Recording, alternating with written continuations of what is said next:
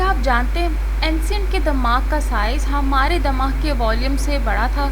دنیا کے پہلے شہروں میں گھومنے پھرنے اور ملنے جلنے والے لوگ جدید دور کے شہریوں سے کئی حساب سے ملتے جلتے ضرور تھے، لیکن اس کے بعد حقیقت میں انسانی دماغ چھوٹے ہونا شروع ہو گئے۔ دماغ کے سائز میں کمی تقریباً ٹیبل ٹینس کے 4 گیندوں کی جتنی ہوگی۔ فوسل شدہ دماغوں کے ایکسپیریمنٹس کے مطابق دماغ کا سکڑنا صرف 3000 سال پہلے شروع ہوا تھا۔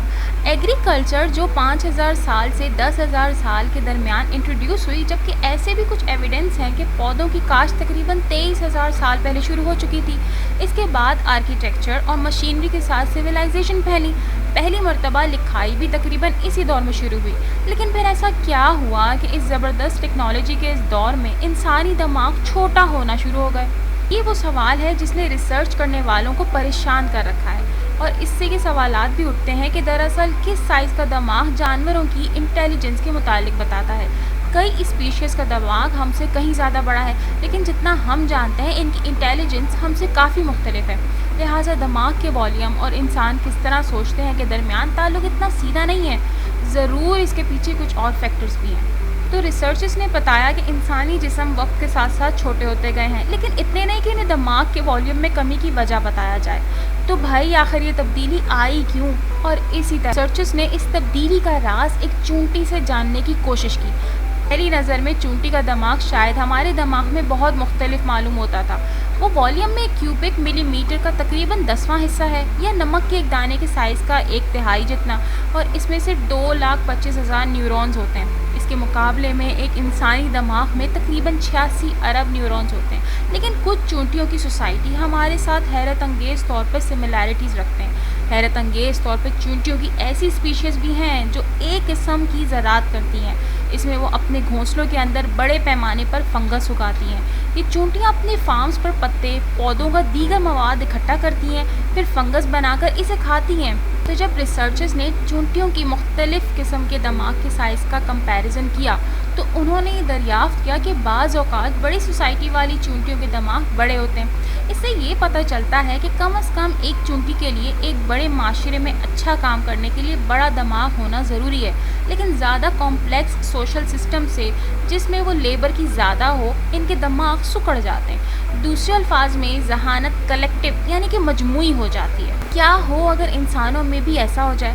کیا ہو اگر انسانوں میں ہم آبادی کی حد پر پہنچ جائیں جہاں انسان دوسروں کے دماغوں میں انفارمیشن کو ایکسچینج کر سکیں، انفارمیشن کو ٹرانسمٹ کر سکیں؟ چونٹی اور انسان کے دماغ میں بہت زیادہ فرق کا مطلب یہ ہے کہ ہمیں جلدی میں ان کے درمیان کوئی رائے پیدا نہیں کرنی چاہیے۔ اس کے باوجود یہ ریسرچ کے لیے ایک زبردست اسٹارٹنگ پوائنٹ ہے کہ انسانی دماغ کے والیوم میں کیوں اتنی کمی واقع ہوئی۔ بہت سے اور بھی دوسرے فیکٹرز ہیں جو انسانی دماغ کے سائز میں کمی کی وضاحت کرنے کی کوشش کرتے ہیں۔ لہٰذا اگر یہ مان لیا جائے کہ دماغ کا سکڑنا واقعی 3000 سال پہلے شروع ہوا تھا، تو ان میں سے چند ایک ناقابل تصور ہو جاتے ہیں۔ اس کی ایک مثال ہے گھروں میں یا پالتو جانوروں کی طرح رہنا۔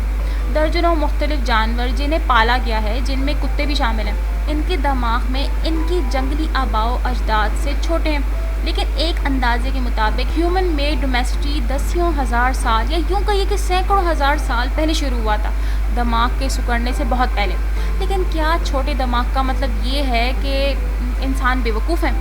بالکل نہیں۔ 2018 میں ریسرچرز کی ٹیم نے UK کے بایو بینک سے ڈیٹا کی ایک بڑی مقدار کا ایکسپیریمنٹ کیا۔ اس میں ہزاروں لوگوں کے دماغی اسکین اور IQ ٹیسٹ کے نتائج شامل تھے۔ اس ریسرچ سے پتہ چلا کہ ہاں جی، بڑا دماغ IQ ٹیسٹ میں بہتر پرفارمنس دے رہا تھا، لیکن یہ انڈیفینٹ تھا۔ اس کا مطلب یہ ہے کہ کچھ لوگ ایسے بھی تھے جنہوں نے نسبتاً چھوٹے دماغ ہونے کے باوجود ٹیسٹوں میں بہت اچھی پرفارمنس دی تھی، کیونکہ دماغی اسکینز نے لوگوں کے دماغ کے سائز کے علاوہ ان کے اسٹرکچر کے بارے میں بھی کافی انفارمیشن دی تھی۔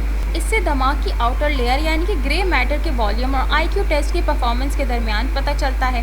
مردوں کے دماغ عام طور پر خواتین کے دماغوں کے مقابلے میں والیوم کے لحاظ سے تقریباً 11% بڑے ہوتے ہیں، کیونکہ ان کے جسم کا سائز بھی تو بڑا ہوتا ہے۔ لیکن اسٹڈی سے یہ پتہ چلا ہے کہ خواتین کو کچھ سرٹن ایبلٹیز کا فائدہ ہوتا ہے، جبکہ مردوں کے پاس دوسری ایبلٹیز ہوتی ہیں۔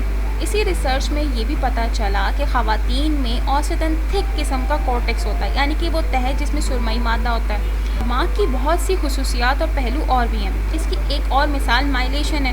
یہ مادے کا وہ غلاف ہے جو ایکزونز کو گھیرے ہوئے ہے۔ یہ وہ لمبی پتلی تاریں ہیں جو نیورونز کو دوسرے خلیات سے جوڑنے اور ایک نیورال نیٹ ورک بنانے میں مدد دیتی ہے۔ جب آپ جانوروں کے مختلف دماغ پر غور کرتے ہیں تو یہ سب اور بھی دلچسپ ہو جاتا ہے۔ ہم پہلے ہی انسان اور چونٹی کے دماغ کے درمیان ایک ریسرچ کو دیکھ چکے ہیں، لیکن دوسرے اسپیشیز کا کیا ہوگا؟ دماغی ٹیشوز کو بڑھنے اور برقرار رکھنے کے لیے بہت زیادہ انرجی چاہیے ہوتی ہے، لہٰذا کسی اسپیشیز کے بڑے دماغ کے ایولیوشن اس وقت تک نہیں ہوگا جب تک اسے اس کی ضرورت نہ پڑے۔ اس کے علاوہ کچھ جانوروں نے وقت کے ساتھ ساتھ اپنے جسم کے سائز کے لحاظ سے بڑے دماغ تیار کر لیے ہیں، لیکن ان کے دماغ حقیقت میں تبدیل نہیں ہوئے، ان کے جسم چھوٹے ہوئے ہیں۔ اس کے علاوہ ایسے بھی جانور ہیں جو بظاہر دماغ کی مخصوص حصوں کو تیار کرتے دکھائی دیتے ہیں، جو اسی قسم کے اسپیشیز کے جانوروں کے مقابلے میں ان کے دماغ کے مجموعی سائز کو بڑھاتے ہیں۔ اب مورمائٹ مچھلی کو ہی لے لیں، جس کا دماغ اپنے جسم کے سائز کے لحاظ سے کافی بڑا ہوتا ہے، جو کہ حقیقت میں انسانوں جتنا ہے۔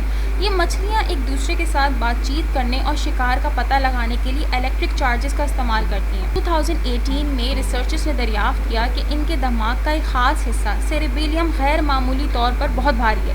کسی کو بھی اس بات کا یقین نہیں آیا کہ آخر ایسا ہے کیوں، لیکن یہ خیال کیا جاتا ہے کہ اس سے مچھلی کو الیکٹرو سینسری معلومات کے عمل میں مدد مل سکتی ہے۔ انسانوں میں دماغ کا ایک حصہ جو ہمیں سب سے سپیریئر کرتا ہے وہ ہے نیوکورٹیکس، جو کہ اعلیٰ علمی یا ادراکی فعل میں شامل ہوتا ہے، جیسا کہ شعوری سوچ، زبان کی پروسیسنگ وغیرہ۔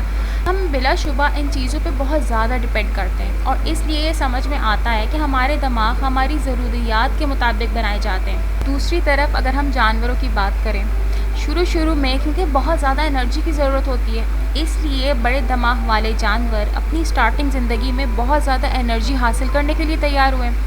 اب اس غذائیت پر بھی تو سوچیں جو پرندوں کو انڈے میں رہتے ہوئے بھی حاصل ہوتی ہے، یا جو میملز کو پلیسنٹا یا نال کے ذریعے یا ماں کے دودھ سے حاصل ہوتی ہے۔ انسانی بچے در حقیقت نیورونز کی زیادتی کے ساتھ پیدا ہوتے ہیں، اور ان کی نشو و نما کے ساتھ یہ تعداد کم ہوتی جاتی ہے۔ اس کی وجہ یہ ہے کہ دماغ ترقی اور فرد کے ماحول کے مطابق خود کو ایڈجسٹ کر لیتا ہے۔ ہماری عمر کے ساتھ ساتھ نیورول نیٹ ورک کے صرف ضروری حصے ہی برقرار رہتے ہیں۔ دراصل میملز کا ایولیوشن ڈائناسور کے سائے میں ہوا تھا۔ انہیں زندہ رہنے کے لیے انتہائی اچھی سینسری ایبلٹیز کی ضرورت تھی، شاید اسی لیے ان کو رات کو جاگنے کی عادت اور رات کی بینائی پیدا ہوئی تھی۔ اس کا یقینی طور پر نروس سسٹم پر اثر پڑا ہوگا۔ ماحول نے پھر میملز کے دماغ پر ایسی صلاحیتوں کو تیار کرنے کے لیے دباؤ ڈالا جس نے ہمیں ان مشکل حالات میں سے نکلنے میں مدد کی۔